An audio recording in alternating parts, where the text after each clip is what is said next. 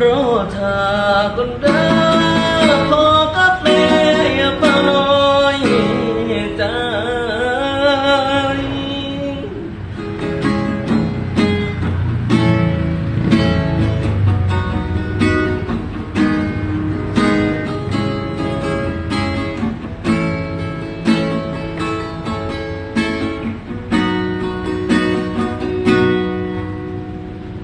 จากบ้านเก่า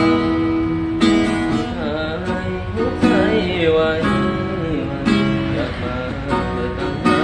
ความฝันที่เขานั้นเคยวาดฝันไว้ภาพลาพ่อ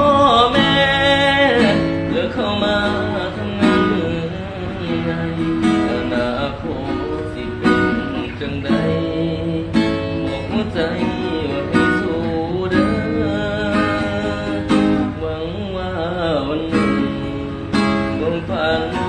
จะเป็นจริงหากชีวิตเขายังบ่สิ้นความฝันที่คิดคงเป็นจริงนั้นถึงงานจะเหนื่อยจะหนักจะหนาเพียงใดบอกกับตัวเองว่ายังสู้ไหวกำลังใจสำคัญที่สุดบางครั้งบางครบางทีอยากยอมแพ้เพราะเห็นลูกหน้าพ่อบ้านแม่น้องก็เลยยอมแพ้บุได้โอ้รอท่าคนเดิมพ่อกับแม่เฝ้าน้อยใจอีกบ่นานลูกสิกลับไปเอาความฝันวาดไว้ที่ปากพ่อกับแม่ฝันยังอยู่ใครแต่บอกหัวใจว่าอย่ายอมแพ้เพราะถ้าลูกคนเด้อพ่อแม่ลูกยังบ่ยอมแพ้สิเฝ้าตามฝันให้เป็นจริง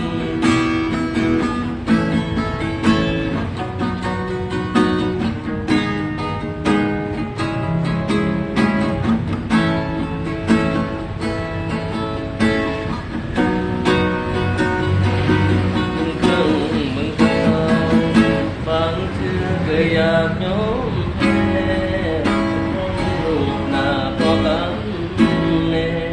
เขาก็เลยยอมแพ้บ่ได้โอ้รอท่าคนเดิมพ่อกับแม่เฝ้าน้อยใจอีกบ่นานลูกสิกลับไปผมตั้งวาดไว้ที่ปากพ่อกับแม่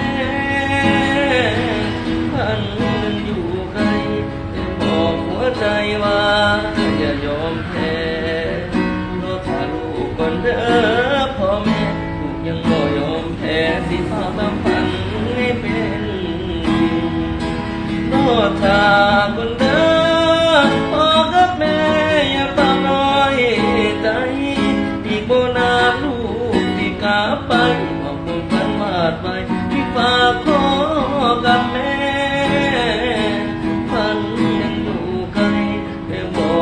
ใจว่าอย่ายอมแพ้เพราะถ้าลูกคนเด้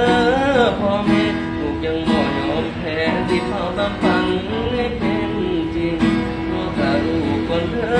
อพ่อแม่สิเฝ้ากลับไปดูแลให้พ่อแม่นั้น